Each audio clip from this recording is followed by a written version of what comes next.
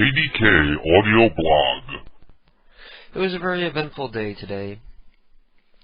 Keith was taking out some trash at work, and he puts his hand into the trash to push it down to make room for more trash, and there was a broken bottle in there, and he cut an artery in his wrist.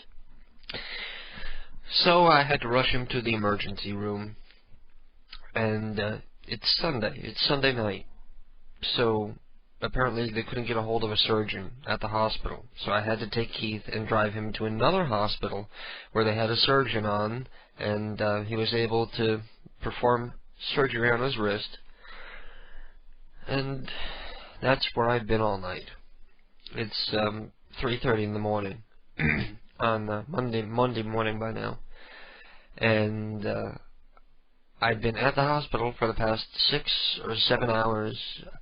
It takes about it took about an hour at the first hospital just to get all the information, and then all the waiting, and then the doctor finally sees him and sees that, well, the doctor went to go look at the cut, and as soon as he uncovered it, the thing squirted, and it got all over Keith's clothes and stuff.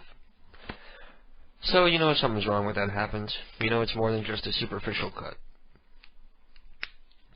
And he realizes, oh, it must be an artery, and I'm not qualified to do this, so let's get a surgeon. So I had to drive a half hour to another hospital and wait for another 4 or 5 hours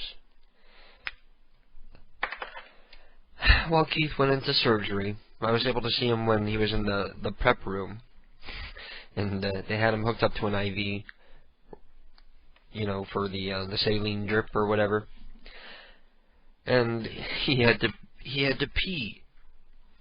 But, you know, he couldn't get up because they didn't have his saline bag on one of those little things that roll. Get down, you bastard. They didn't have his little saline bag on one of those little things that he could wheel around to go to the bathroom with him. So I had to sit there and hold the little portable urinal that they give you when you're in the hospital, so that he could pee into it. And of course, right when I get his dick in, like, the urinal, and, like, he can't pee, we're just waiting for him to, like, be able to pee to give them a urine sample. And, the nurse walks in, of course. Picks the exact moment just to walk in, you know, sometimes you'll walk in on somebody and their dick is hanging out and they're trying to pee into a bottle. You get a little embarrassed and you say, I'm sorry, and you leave. But no, she took a gander. I didn't try to cover him up, and Keith doesn't care because he wants everybody to see his enormous penis. So we gave him the urine sample, and he went off to surgery, and they didn't have to put him under. Hairball?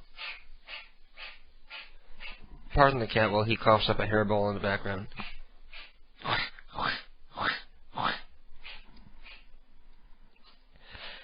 And they didn't have to sedate him, which is good, because sedation is very tough on the body. Sometimes the body doesn't react to coming out from being under sedation. A lot of times people go into cardiac arrest because of sedation.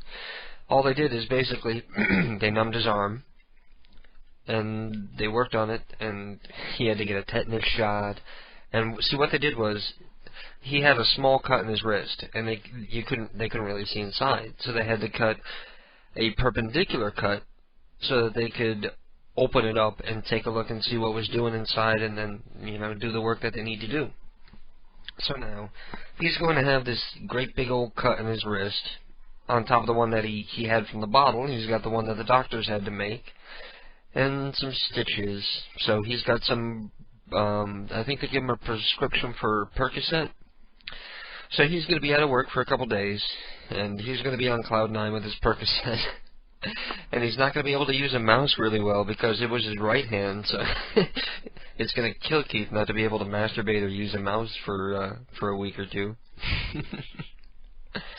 It's a good thing I could be upbeat about it because, well, I suppose I am happy that it wasn't worse than it was, you know. They were able to stop the bleeding, and they didn't think that it was like an attempted suicide or something, because whenever somebody goes into a hospital with like a cut in the wrist, I'm sure that their first reaction is, oh, it was an attempted suicide. But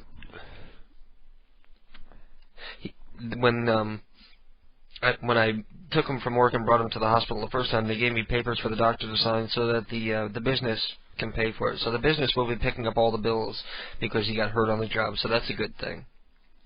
And that's an easy way to prove that it wasn't attempted suicide, that he's trying to cut his wrist. And I just wanted to open up the audio blog and talk about it for a little while. Get it off my chest so that I can sort of put it out of my mind a little bit so that I can get to sleep tonight for a couple hours before I have to go drive back and pick him up at the hospital because he's there for an overnight stay. And he didn't want to stay, and he's very scared. When they first, when the doctor in the first hospital first took him back, and they were looking at it, he was in there for like 20 minutes, and then the nurse comes and gets me to bring me into the room. And when I walked in, Keith is sitting there visibly shaking. It wasn't cold in this hospital. It was cold in the second hospital, but in the first one it was warm. And he's sitting there visibly shaking because he's never had surgery before. And he was nervous about what they were going to do. And the good news is that everything's okay. We're not going to have like crazy bills for it. And it's not going to cause any permanent damage, so that's good. And Keith will be able to enjoy a couple days off from work. And I picked up a day of work tomorrow. I didn't want to work tomorrow, but somebody called out sick, and we're going to need the overtime because Keith isn't going to be working. So, get up. I'm not going to be able to put your calls up until Tuesday, but that's no big deal. They'll be up there soon enough. Anyway, thank you all for coming back and listening to my stupid rants. I'm going to bed.